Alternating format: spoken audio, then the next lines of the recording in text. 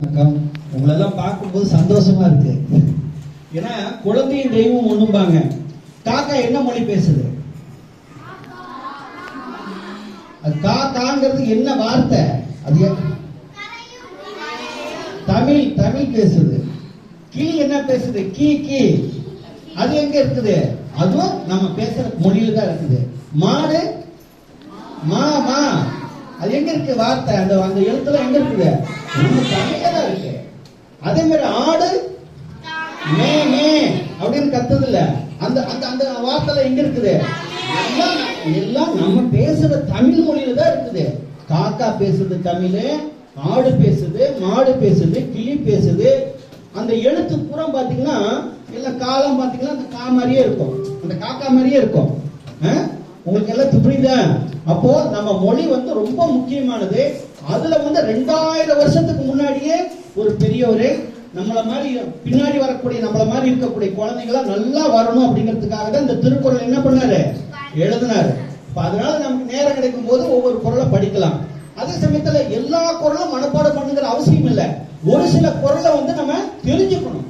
ஒரு சில குறளை தெரிஞ்சுக்கிட்டோம்னா தான் நம்ம வாழ்க்கையில முன்னுக்கு வர முடியும்.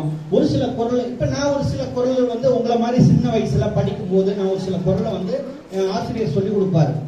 அவர் சொன்னாரு, ஈன்ற பொழுதின் பெரிதுவக்கும் தன் மகனை சான்றோன் என கேட்டார். எப்போ ஒரு அம்மா சந்தோஷப்படுவாங்கன்னா, நீங்க போய் ஐயோ மக ரொம்ப அருமையான புள்ள, நல்ல புள்ள, நல்லா படிக்குது, நல்ல மார்க் எடுக்குதுன்னு உங்க அம்மாட்ட யாரையாவது போய் சொன்னா உங்க அம்மா என்ன சொல்லுவாங்க? ஐயோ என் மகன் நல்லா படிக்கிறா, அவ்வளவு அவங்க அடிவயிற குளிர்ந்து போயிடுதா இல்லையா? அதுதான் வள்ளுவர் சொல்றாரு, ஈன்ற பொழுதின் பெரிதுவக்கும் தன் மகனை சான்றோன் என கேட்டார். அப்போ அம்மா பெருமைப்படுற மாதிரி நீங்க வாழணும். அதே மாதிரி அப்பாட்ட போய் ஒருத்தர் சொல்றாரு, இந்த புள்ள அருமையான பிள்ளைங்க, அடக்கமான புள்ள, நல்ல ஒழுக்கமான புள்ள அப்படின்னு உங்க அப்பாட்ட போய் சொன்னா என்ன சொல்லுவாங்க உங்க அப்பா? அவரு சந்தோஷப்படுவார்ல. அப்போ நம்ம பெற்றோர்கள் தான் முதல்ல அவங்க சந்தோஷப்படக்கூடிய அளவுக்கு நாம என்ன செய்யணும்? ஒழுக்கமா நல்லா படிக்கணும், நல்ல மதிப்பெண் எடுக்கணும். ஓகேவா? அதுதான் சொல்றேன். நம்ம கண்ணுல கடவுளை பார்க்க முடியுமா? இதுவரை யாரோ பார்த்திருக்கீங்களா கடவுளை? சரி, அவர் பார்த்துட்டாரா? சரி, இப்ப நான் சொல்றேன் பாரு. இப்ப நீங்க கண்ணை மூடி பாத்தீங்கன்னா உங்களுக்குள்ள இப்ப கடவுள் தெரிவார், தெய்வம் தெரியும்.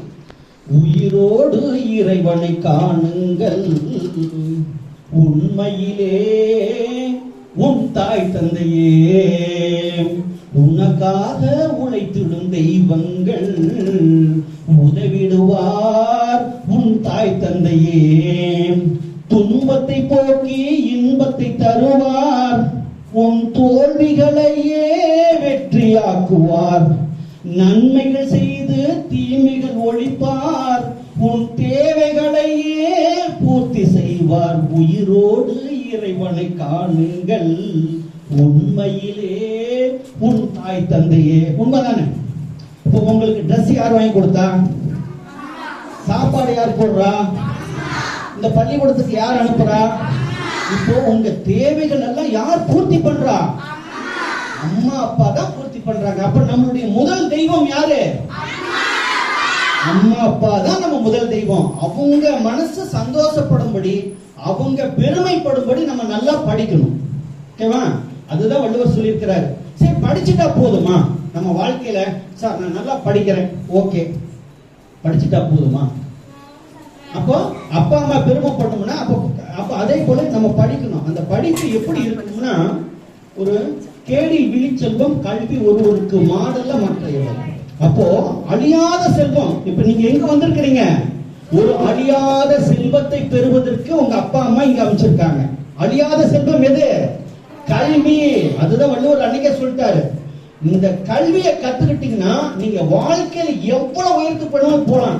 சமீபத்துல எங்க ஊருக்கு போயிருந்தேன், தோட்டமா போயிருந்தேன். அங்க போய் பார்த்தா ஒவ்வொரு வீட்லயும் விசாரிக்கும் போது என் மகன் லண்டன்ல இருக்கிறான், ஒரு அம்மா சொல்லுது என் மகன் சிங்கப்பூர்ல இருக்கிறான், என் மகன் ஜெர்மனில இருக்கிறான் அப்படிங்குது. அவங்க எல்லாம் பணத்தை எடுத்துட்டா போனாங்க? இல்ல, கல்வி. அவங்க நல்லா படிச்சாங்க, உயர்ந்த கல்வியை படிச்சாங்க. அந்த உயர்ந்த கல்விக்கு படிச்சதுனால உலகம் முழுவதும் அவங்களுக்கு என்ன கிடைச்சது? வேலை வாய்ப்பு. அந்த கல்வியை கொண்டு அவங்க என்ன செய்யறாங்க? நிறைய வசதி வாய்ப்பா வாழக்கூடிய சூழ்நிலைக்கு வந்துட்டாங்க இன்னைக்கு. அவங்க அப்பா அம்மா